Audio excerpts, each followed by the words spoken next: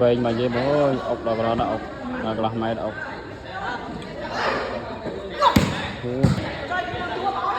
Subi kalau Subi nah cuma luôn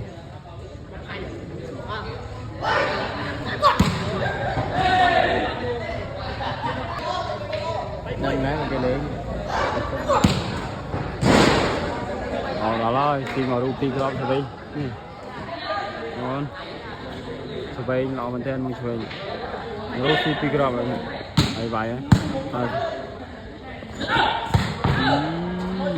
Subi sang đây Subi đó lên